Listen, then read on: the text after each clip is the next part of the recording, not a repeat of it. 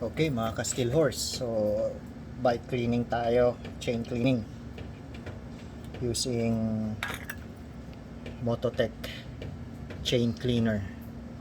Right, it removes grease and grime, and then later part chain lube, anti-friction and anti-wear. Right, so yan yung gagamitin natin. Okay, and then chain brush. Right,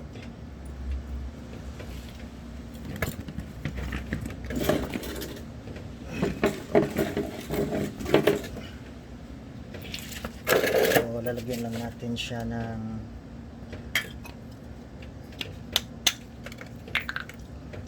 karton para hindi mabasa yung or hindi madumihan yung mugs ng ating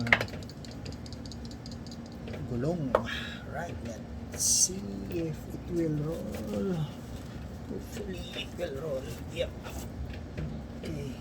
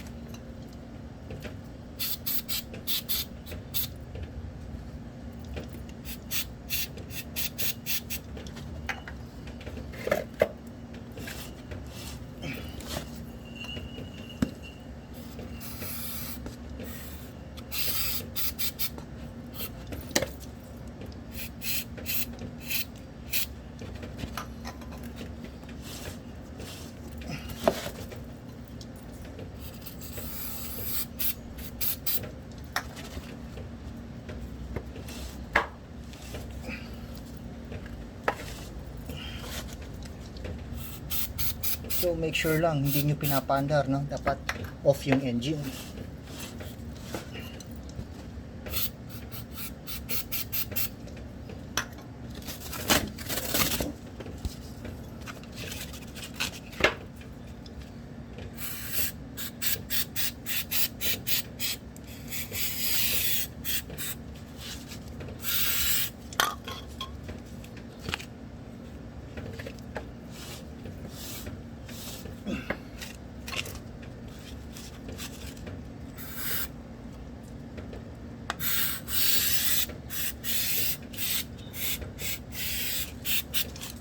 Okay, brush.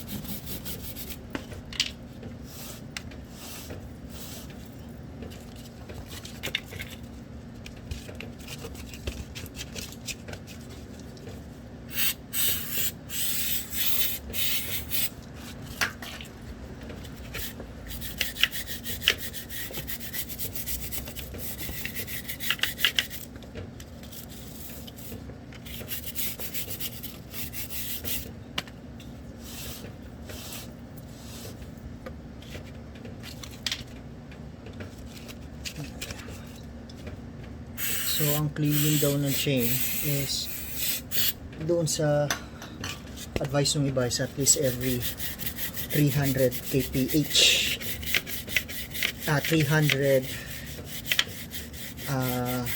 miles sa odometer. Pero sabi naman ng iba, as frequent as you can. Kung sisipagin ka, you have to clean the chain most of the time.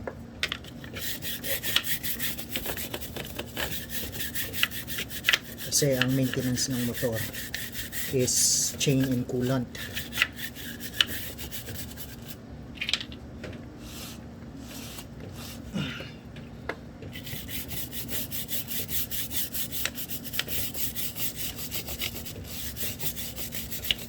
So, huwag din nyo raw gagamitan ng gasoline or kerosene yung panglinis nyo ng chain. Kasi with regards of high friction, mag-ignite ng fire yun sa chain nyo. Might damage your chain o-ring and of course yung makina ng motor nyo.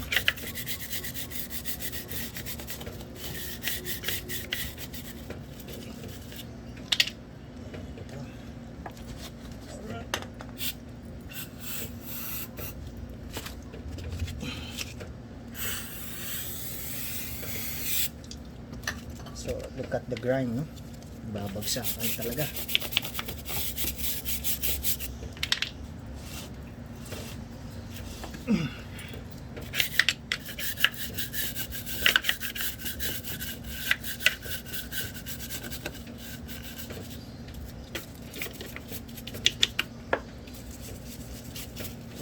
Even tong sa labas, you have to clean this because yung teeth ito yung aalagaan natin.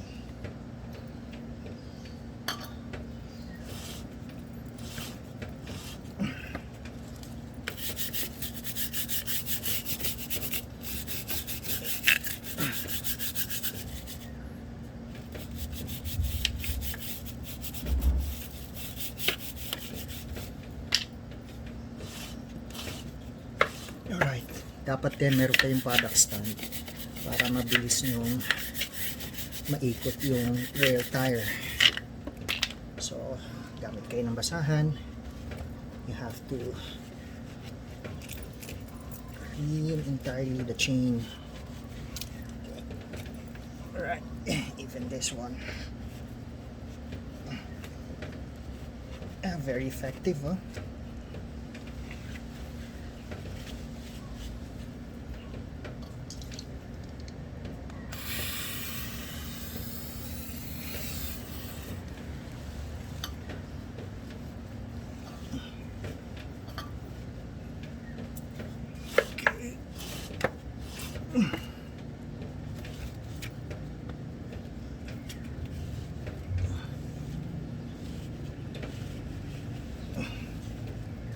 So, better mag-invest sa chain cleaner rather than mag-invest panay-panay sa chain. Okay.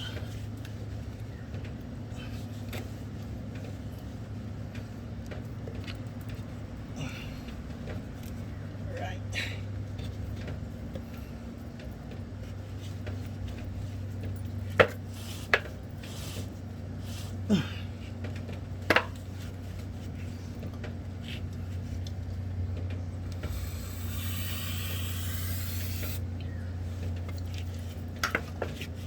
Medyo hindi naman ganun siya kahasla, but syempre kalaban mo lang naman dito is grease eh. The rest, if you have the product stand, madali na lahat ang process.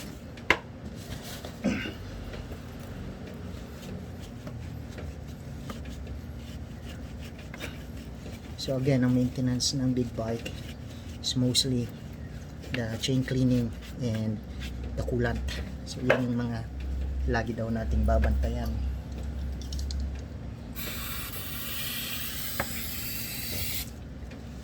Alright, lumalabas na good as new yung chain. Okay, this one.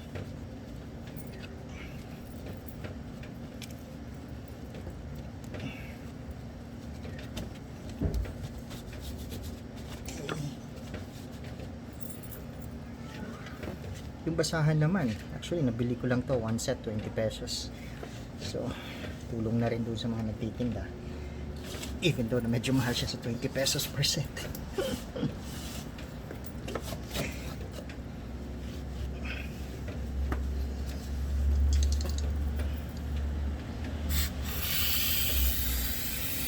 So ganito lang daw po yung paglilinis ng chain to rejuvenate again your chain longer as expected. Yeah.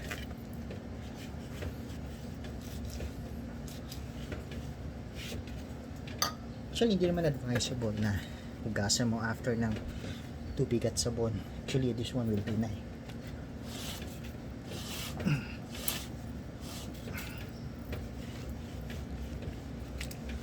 Alright.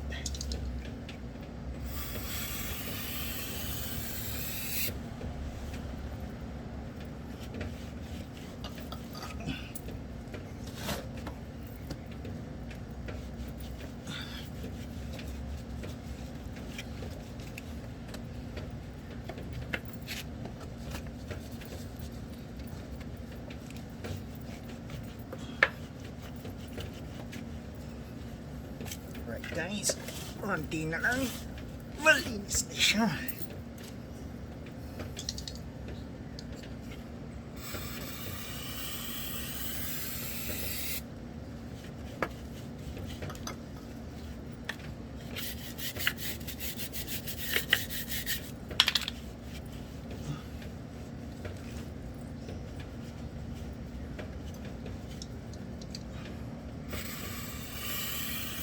Tumatagal daw yung chain. The frequent niya siya laging mini-maintain.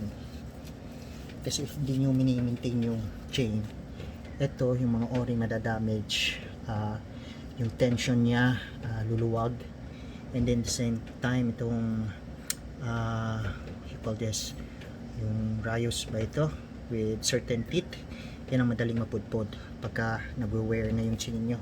So mas malaki yung gagastusin nyo.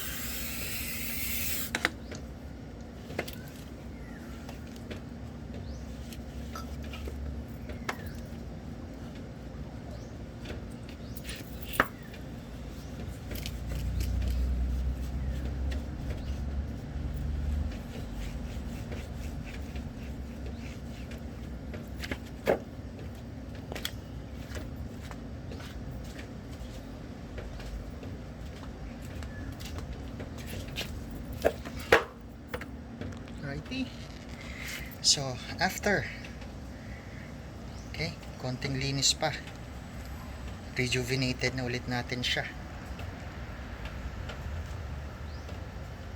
Look at that, good as new. Okay.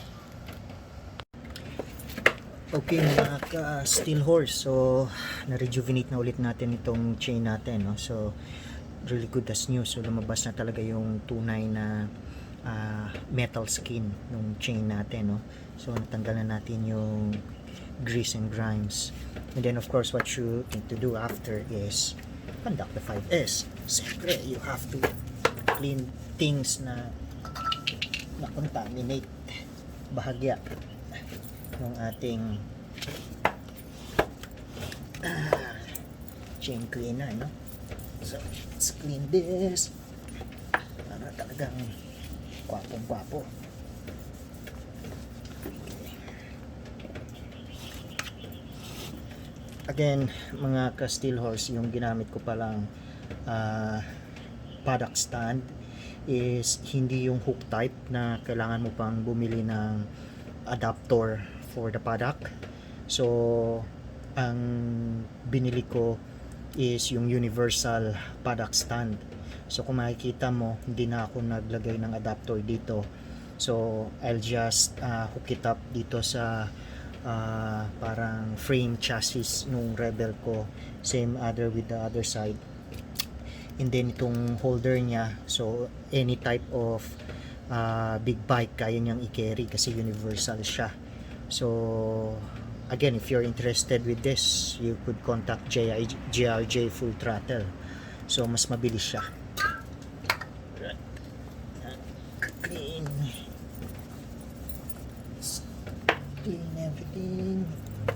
this. Okay. Ito. Let's clean this. Chain. Okay. Ikot ulit. Right.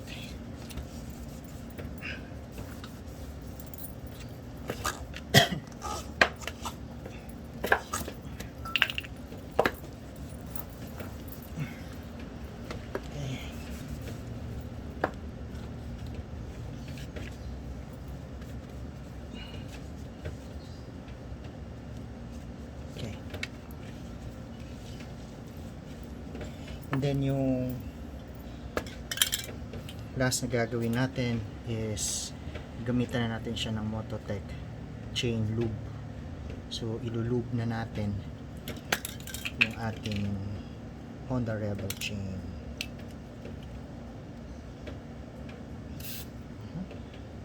Right? So lube.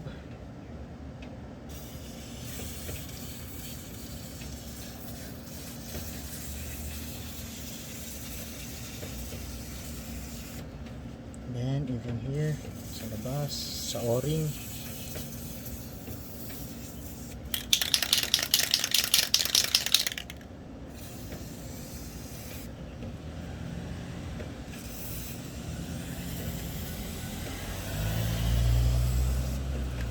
Right.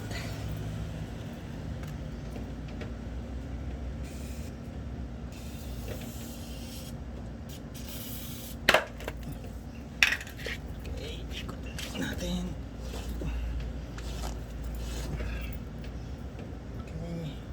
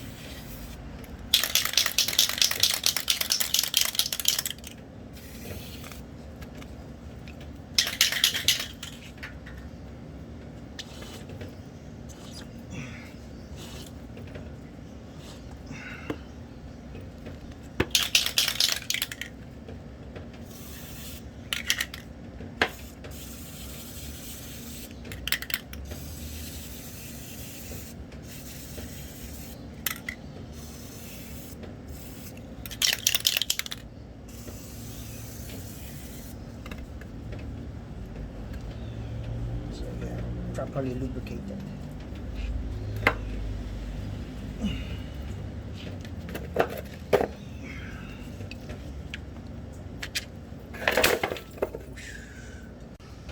Alright, so lubricated na siya. Yan. So yung lube niya, and then after we'll just have to clean, no?